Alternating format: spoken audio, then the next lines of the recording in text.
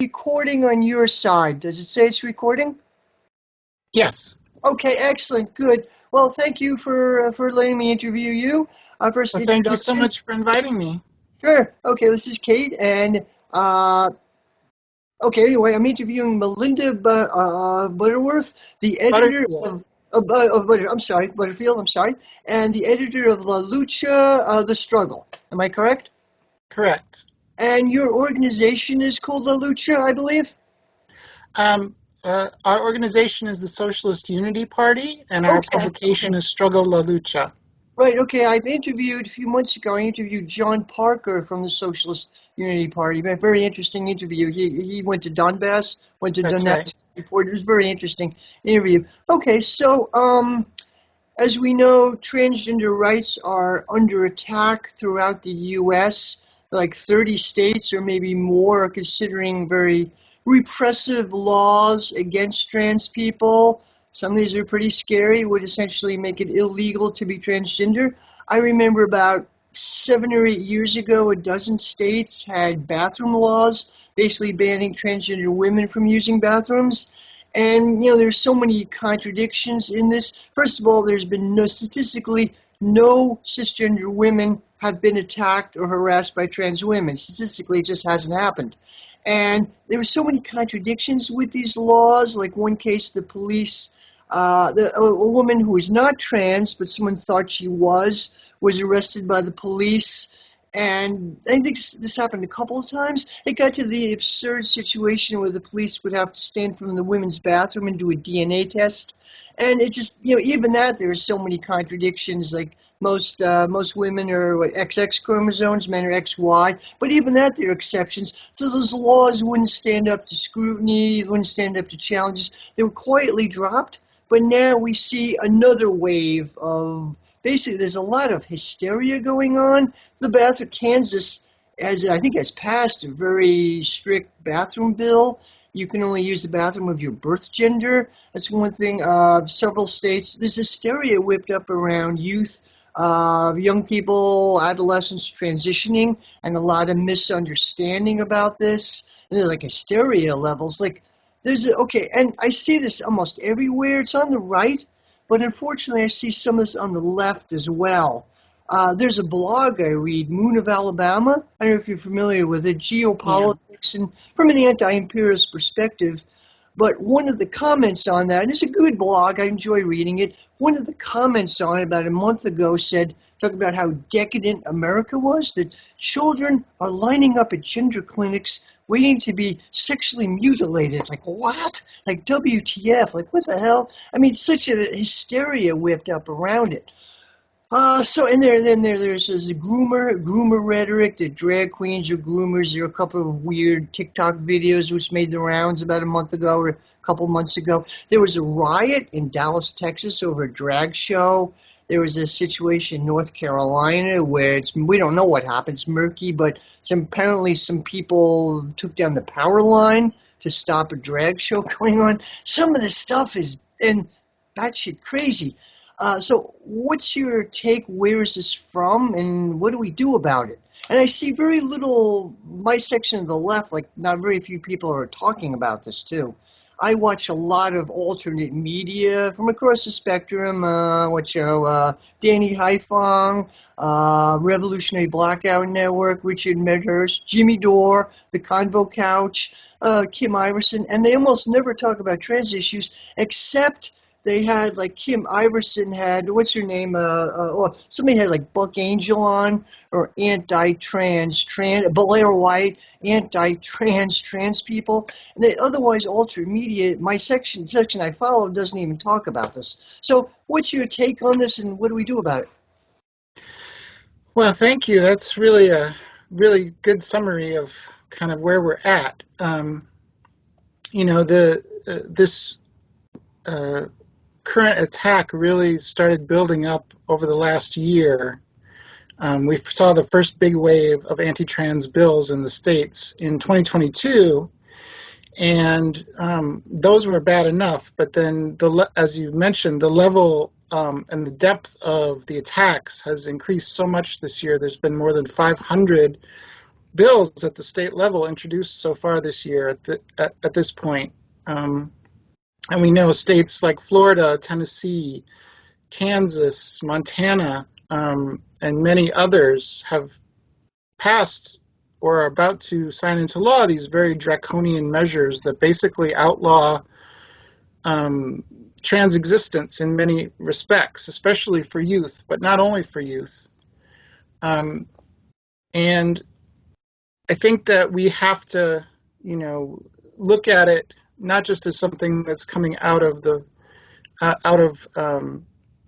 Christian right or any particular section of the political right, but it's driven from above by the ruling class, by the capitalist class and those sections that want to keep the population divided during this time of world crisis, world war, and growing conflict between the U.S. and China and Russia.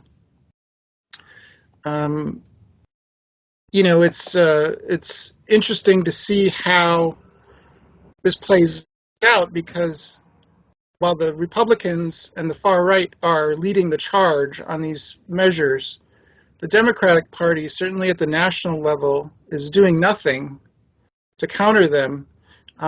Joe Biden, gives his once a year, "We've got your back" remark on Twitter, and that's about it. There are, heroic exceptions like Zoe Zephyr in Montana who, are standing up and helping to energize a mass movement to push back. And that's really important. But we have to look at it holistically and see that the Democrats, who right now are leading the charge to war, the proxy war in Ukraine against Russia, and are collaborating with the Republicans to build up for war against China, they are just as interested in their own way in keeping the working class divided, keeping the people divided, and fighting amongst ourselves. And that's the real root of the anti-trans panic. If we don't understand that, if we don't see, the class interests that are behind it, it's going to be hard to uproot it and overturn it. Right. So what we're trying to do, in Struggle La Lucha, an organization I work with called Women in Struggle, we're calling for organizing a national march in Florida for trans rights and to protect trans youth in the fall of this year, working to build a coalition to make that happen, and trying to elevate and work with groups around the country that are organizing, that are fighting back. And there's a lot of really wonderful, heroic mobilizations going on at the state and local level all over the country. People, going into state capitals and sitting in, or, protesting from the gallery. People getting arrested. People, students walking out of schools in support of trans students, and so on. But unfortunately, none of the national, well-resourced organizations are calling any kind of fight back mobilization at the national level.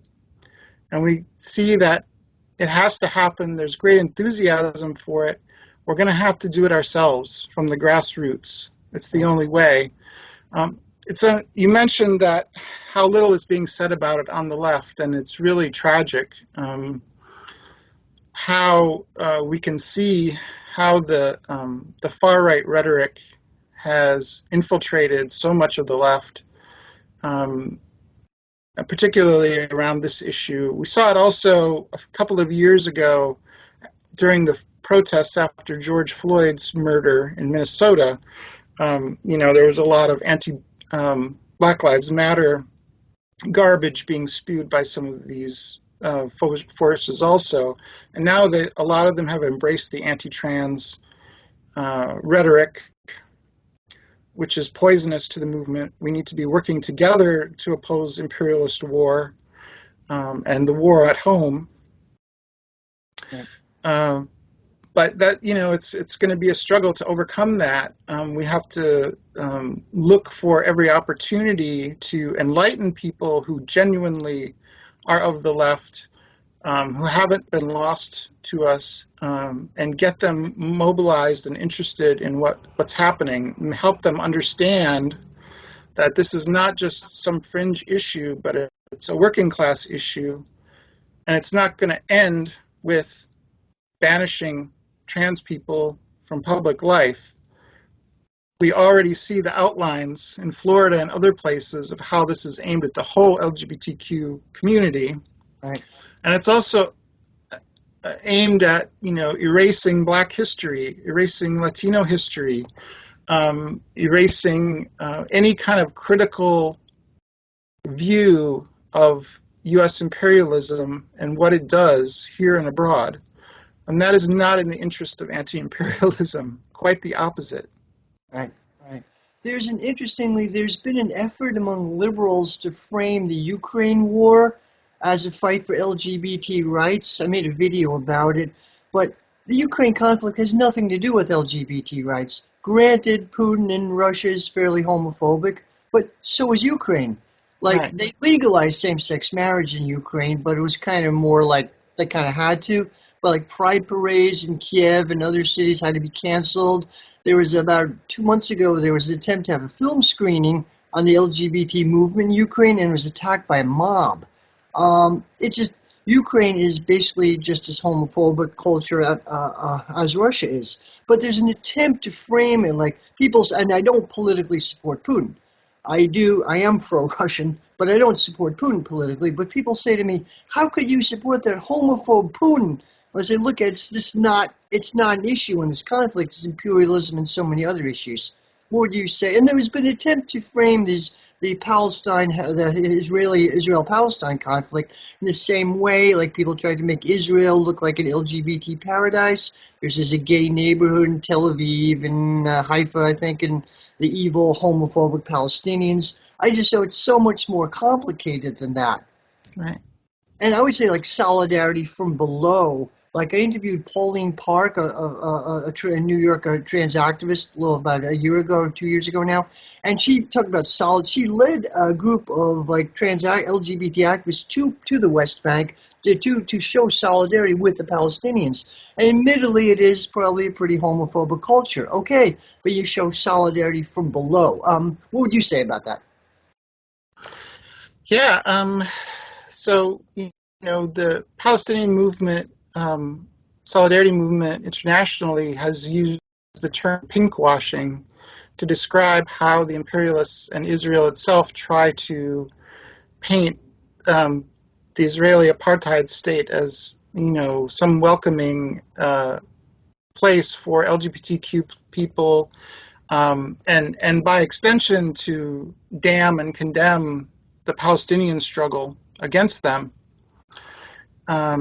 And, it's a very similar situation with Ukraine. The U.S. imperialism is attempting to pinkwash that regime, just as they're trying to erase the ever-present evidence of the mass infiltration of the fascist movement in Ukraine within the military and the police and the state, Right. Which the U.S. itself, under the Obama administration and Vice President Joe Biden, encouraged back in 2014 when they took over the country in the Maidan coup. Now, I've been following very closely the struggle in Ukraine and Donbass since 2014. I've been to the region a couple of times. Okay. I know a lot of folks there, have Okay. translated a great deal of material from the left in that region, and actually have a book coming out soon about it. That's interesting.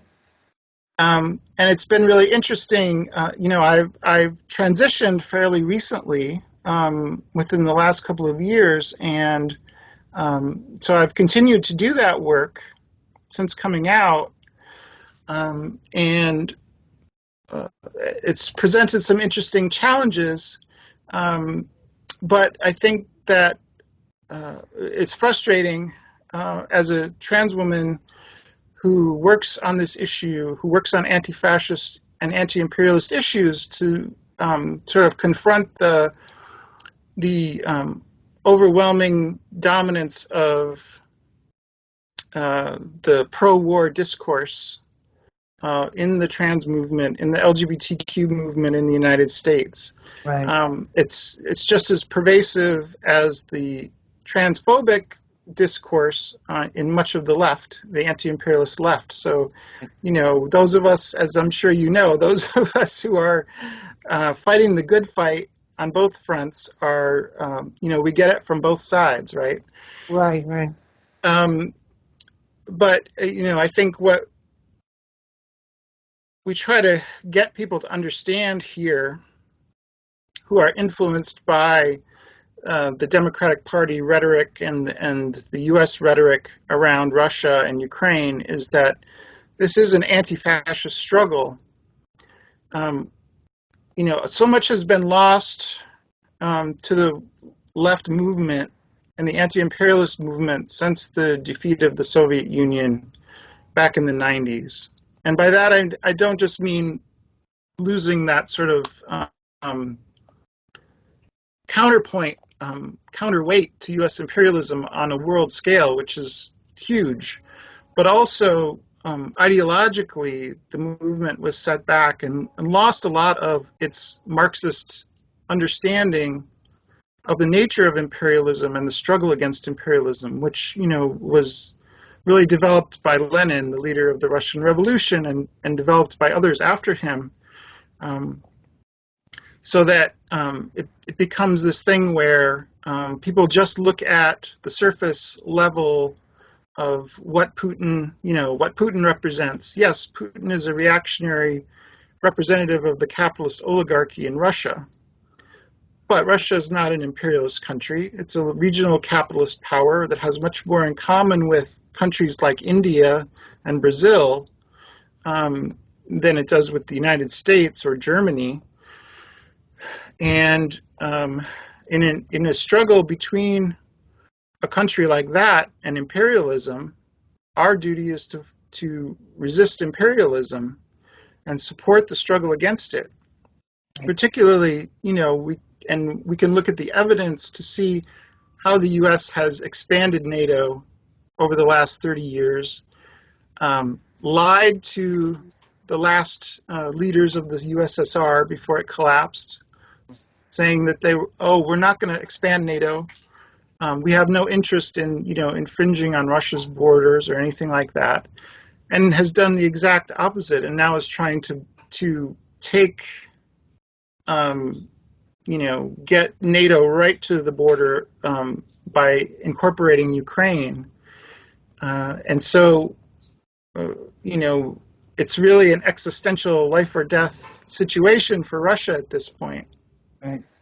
Whether they continue to exist as an independent country or get broken up the way the U.S. has aimed to do since the fall of the USSR. In fact, few people remember that the New York Times back in 92 or 93 published a leaked Pentagon document that spelled out that was exactly the plan of the U.S. strategy in regards to Russia after the collapse of the USSR, and they've been following that strategy ever since. This is just the culmination of it. So, I have been very intimately involved with a lot of the folks on the left in Donbass especially, but also in Russia, who have been resisting U.S. imperialism and Ukrainian fascism for the last 9 years.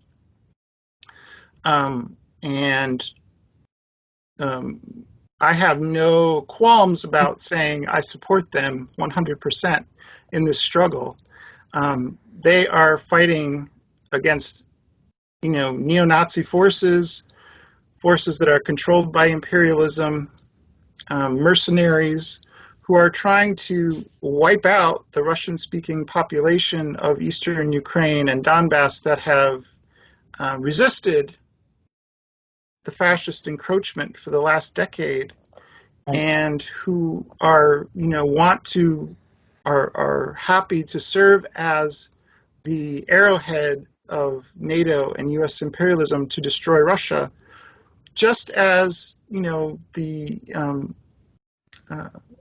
far-right Islamic forces in Syria have served as the arrowhead for U.S. intervention against Syria, Lebanon, Iraq, and Iran over the past decade.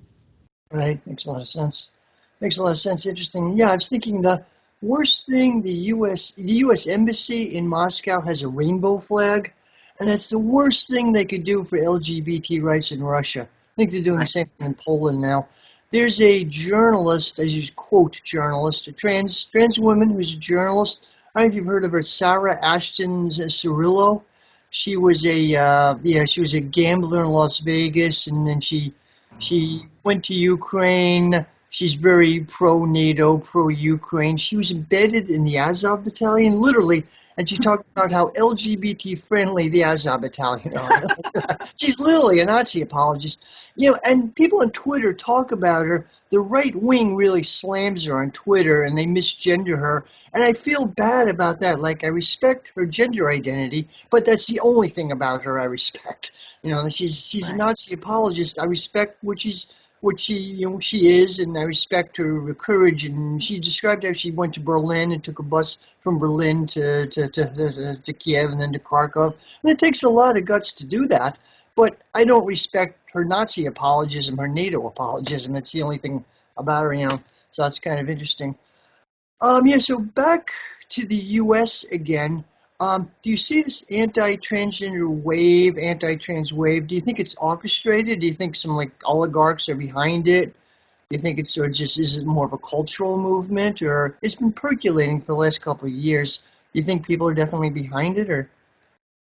I think it's definitely fueled by, divisions in the ruling class that we've seen emerging over the last 20 years, and particularly the last decade since the Charlottesville sort of white supremacist event where Heather Heyer was killed. There's a faction, a growing faction of the ruling class, particularly rooted, I think, in oil and gas industries that want to expand liquefied natural gas and fracking and things like that, at the expense of some of the other sort of more traditional sections of the ruling class. They're really pushing this agenda because it, to whip up sort of their support. And, Trump's backers have a lot of roots in that. DeSantis's backers have a lot of roots in that. Whereas Biden sort of represents, and Obama before him represent the sort of the more traditional sectors. But what's really interesting is that as the anti-trans panic has built over the last couple of years, we've seen more and more sort of centrist, moderate bourgeois forces giving backhanded support to it, or even direct support. I mean, the New York Times is like the number one example of that. That has, been on a tear, publishing anti-trans propaganda that's being used by the far right in its legislation and measures in the states, and they're not the only ones. We had, there was an interview with Hillary Clinton last year before the midterm elections, where she basically spelled out the position of the Democratic leadership, which is that, the trans issue is not worth not worth defending. It's not, basically signaling that they were going to abandon any, defense of queer rights. Okay. And that's what we've seen play out in Washington over the last year. Yeah. So, but the U.S. is really an interesting contradiction. Okay, we've got the democratic sort of establishment forces supporting Nazism in Ukraine, whitewashing fascism in Ukraine. We have fascists on the ground in the U.S., many of them with ties to the Ukrainian Nazi movement. But here they're focused on eliminating constituencies that are traditionally tied to the Democratic Party, like the queer community. Right.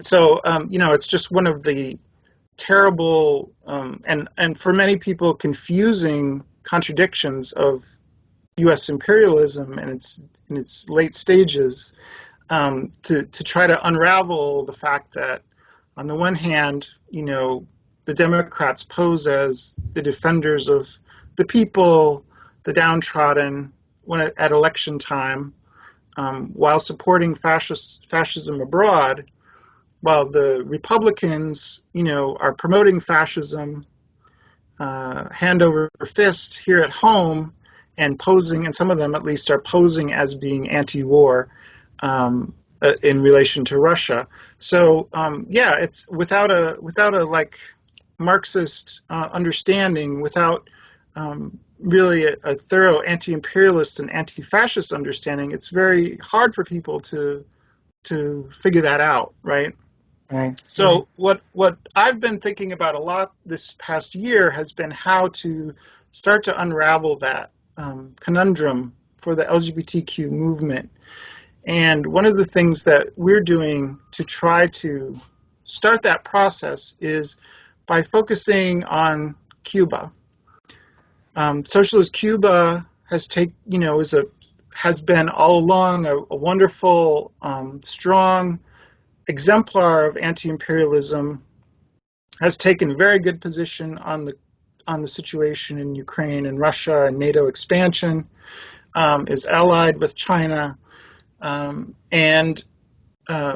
also is one of the most progressive countries in the world, if not the most progressive, when it comes to trans rights and LGBTQ rights.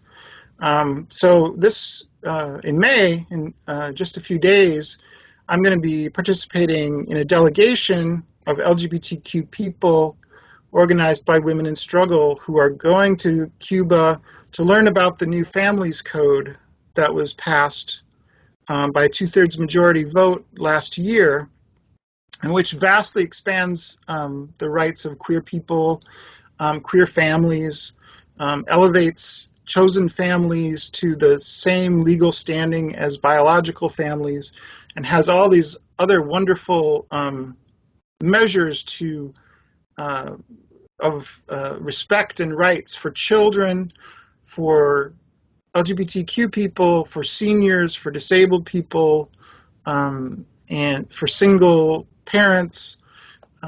It's really like an unprecedented, revolutionary, and thoroughly progressive measure that really, I mean, it's in such stark contrast to what's going on 90 miles away in DeSantis's Florida. Right. So Cuba, I think, can be a stepping stone. Building solidarity with Cuba can be a stepping stone towards a greater understanding of the anti-imperialist struggle. And so what we want to do is come back during Pride Month and after to report on what we see in Cuba, what the measures that they're taking, and so on, so that we can start having those conversations in the LGBTQ movement. Okay, it would be good. Yeah, a good example of an anti-imperialist struggle which is LGBT rights within the context of anti-imperialism. Nicaragua has a socialist government, but they are socially conservative. I don't know how they are in trans rights, but they don't have same-sex marriage, abortion is banned, and things like that. What would be your take? What would you say to people in Nicaragua? I think, first of all, I would say, Nicaragua is not a socialist country in the sense that Cuba is, in that its revolution back in the 80s never went as far Right. and also was largely overturned for a long period of time. They voted a more progressive government into office, um, uh, and that's good. That's very good. They're taking very good positions, but it's still a capitalist country, right? Right. And it's still they're still dancing with the Catholic Church and other right-wing forces that are deeply rooted there. So I think that for Nicaragua, much like Russia, much like a lot of places around the world, the key to unleashing LGBTQ rights and women's rights and lots of other rights is pushing back and ultimately defeating U.S. imperialism, because it's the U.S. sanctions, war drive, economic stranglehold on countries like Nicaragua that that keeps all of these social movements either having to focus on the anti-imperialist struggle alone, or they have governments like in Russia that are sort of Bonapartist, balancing between different forces and leaning on reactionary elements as well that make it impossible for or hard, very difficult for progressive social forces to burst forth. The U.S. stranglehold on the world is the biggest factor holding back social progress everywhere, Right. including here. And to get people to understand that and see that the best solidarity that we can give to the LGBTQ community in Nicaragua or Russia or anywhere is to get the U.S. boot heel off their necks. Right. Right. You mentioned how the U.S. flies the LGBTQ flag in at their embassy in Moscow or whatever, and that the U.S. has such a poisonous relationship with our community, because on the one hand, back in the 90s and afterward, under Bush, under Clinton, both parties promoted and encouraged these fundamentalist right-wing Christian groups to go to Russia, to go to Uganda, to go to other places all over Latin America and spread their anti-abortion politics, their anti-queer politics, their anti-trans politics. And they made alliances with like the Orthodox Church in Russia and other bodies like that. Really heightened the bigotry against our community. Then they turn around when it's convenient for them and use us as a way to hit at those countries and say, oh, look how terrible they are on LGBTQ rights. So you should support us, ripping them apart, sanctioning them, going to war with them. And it's no wonder that people there are confused and people here are confused, because that's deliberately what they do. They play both sides in order to support their policies of war and economic strangulation. And so, genuine anti-imperialists and anti-fascists have to work to educate people to see through that. That's the challenge we face. Right. Max Blumenthal of the Gray Zone interviewed a few months ago this guy, a gay man, who's author of this article, the Woke Imperium, how U.S. imperialism is currently using like a superficial identity politics, like wokeism, superficial identity politics, in the including LGBT rights, in the service of imperialism, which is disastrous for LGBT rights because it's inviting a ferocious backlash. Like there's a backlash in Poland. Max Blumenthal, there was some initiative by the Soros Foundation in Poland to help trans people in Poland, but it was botched and there was a horrific backlash which hurt trans people in Poland. So they're using us as superficially as a wedge issue for imperialist agenda, but it's not really helping anybody. It's really setting back our rights. Right. And what's Yeah, unfortunate is that, a lot of forces in the anti-imperialist movement as it exists today are just as blindered as liberals here when it comes to this issue, because they see the U.S. using the LGBTQ issue abroad to further their agenda. right, right. But then they apply that to here, to where people are struggling for their right to exist. They don't differentiate, how they just carry over their opinion about how imperialism is using us abroad and apply it to us here, instead of seeing that they're being manipulated in that way. And that's really dangerous and something we have to fight against on the left and in the anti-imperialist movement as well. Right. There's some ultra media, like familiar with Jackson Hinkle. I can't stand him personally, but he's kind of anti-imperialist. I agree with a lot of his geopolitical analysis, but he pushes his transphobia. Him and a group around him, a fair number of alt media figures like him, are pushing this, and I see it on alt media everywhere. There are some groups in the UK, the CBGB, they're really hardline. They're big, very transphobic, and a few other Yeah. groups like that. And what's your take on the TERF movement, trans-exclusionary radical feminism? They prefer the term gender critical. It came out of the U.S., as I understand, out of the lesbian separatist movement back in the early 70s. And it was big for a while. There's a Michigan Women's Festival, and there were trans people trans people weren't allowed in. There was a campaign in the trans community for a time. It died. Michigan Women's Festival died out. Like younger feminists, younger like third, fourth wave feminists don't think in that way, don't buy into that as much. But second wave feminists, but it kind of died out in the U.S., but it was reborn in the U.K. Like, and I've debated like UK TERFs or gender critical people, and they're ferocious to debate with. Like, what's the cause of this? Where is it? And much of it is coming out of the UK left as well, which is kind of disturbing. But what's behind this? The same thing as in the US, or? Yeah, I think it's very similar. It's my comrade Leslie Feinberg, who passed away Yeah. 10 years ago. Sorry, yeah.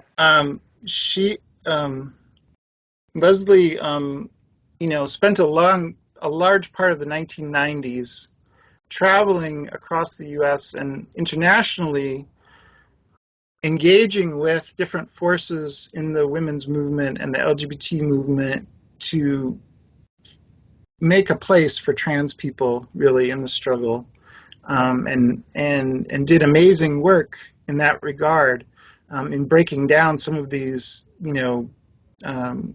original TERFs, I guess you would say, and sort of pushing back on that, and that really helped, I think, the growth of acceptance of trans people among youth. She spent a lot of time talking with students and working with, LGBTQ communities to further that acceptance of trans people as part of the community. And I think what we're seeing now is, sort of these right-wing forces taking advantage of that old rhetoric, and finding ways, just like there are, someone like Tucker Carlson will pose as being anti-war while pushing a pro-war agenda towards China. You have, this right-wing movement, TERFs, gender criticals, who pose as being representatives of women and women's rights. Right. But really, as has been pointed out so many times in so many contexts, they don't speak up for abortion rights. They don't speak up for any feminist issue. They focus exclusively on attacking trans people, dehumanizing and misgendering trans men, and really like demonizing trans women in an incredibly vicious way. And and that's, we see, like, when what's her name, Parker Posey, from Britain, had been traveling around. She came to the U.S. She was in Australia and New Zealand recently, as well as all over the U.K. And everywhere she's gone, the people who've come out to support her and aligned with her are people like the Proud Boys and different neo-Nazi groups, white supremacist groups, especially in the U.S. There's a fundamental alignment between them, whatever they call themselves, whether they call themselves feminists, whether they call themselves representatives of women. They're essentially, part of this whole fascist wave that's coming, that's driven by the underlying chaos within the capitalist system and the fears of the ruling class that they have to, work overtime to set people against each other in order to remain in power. Right. So yeah, interesting. Some of the turf literature, like I read part of J.K. Rowling's sort of manifesto and some other literature, they start off by saying how persecuted they are. They were attacked by these violent transgender people, and all I did was defend women's rights, and I'm constantly attacked. But they miss J.K. Rowling herself as an extremely privileged person. According to some, she might even be a billionaire, but she's a very wealthy woman, and she attacks people who are delegitimized people, who are marginalized, who are sometimes in trouble with employment, with housing, you name it, highly marginalized, oppressed group of people. And it's no wonder there's some anger at people like that. And, a lot of anger. Like, there's apparently, I think it was in Australia or New Zealand, there was a riot that broke out. I don't know the whole story, one of these turf speakers. But, these people are delegitimizing transgender people's right to exist, basically. So that's the situation. Yeah, what was I going to say? I forgot what I was going to say. But, yeah, there's the, commodification, the Bud Light nonsense. Dylan Mulcahy, who apparently is very campy, and this person was made the figurehead of the trans community. And then people like Kid Rock are shooting at cans of Bud Light with an AR-15. This culture war, they're ramping up the superficial culture war nonsense. What would be your take on that?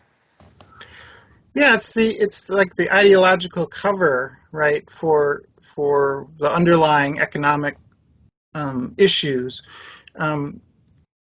Capitalism is in a big crisis on a world scale. The U.S. is heading towards another recession, and especially the war buildup over the last year plus has driven inflation through the roof. The Democrats and Republicans together have, removed all of the protections, meager protections that were put in place at the beginning of the pandemic around things like evictions, and now they're repealing Medicare for millions of people who relied on that as their sole source of health care. Food stamps have been drastically cut, and at the same time that prices on everything are through the roof. So they have to distract people from fighting back, and they've decided to go full hog on using trans people as the scapegoat of the moment. Right. And the eye of the storm, so to speak. Yeah, and so the more of these sort of false narratives they create. That woke culture is, destroying America's youth.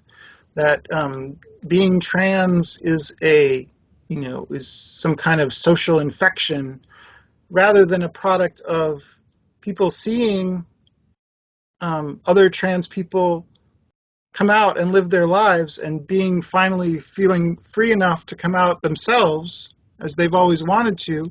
The same thing that happened with lesbians and gays a couple of generations ago, and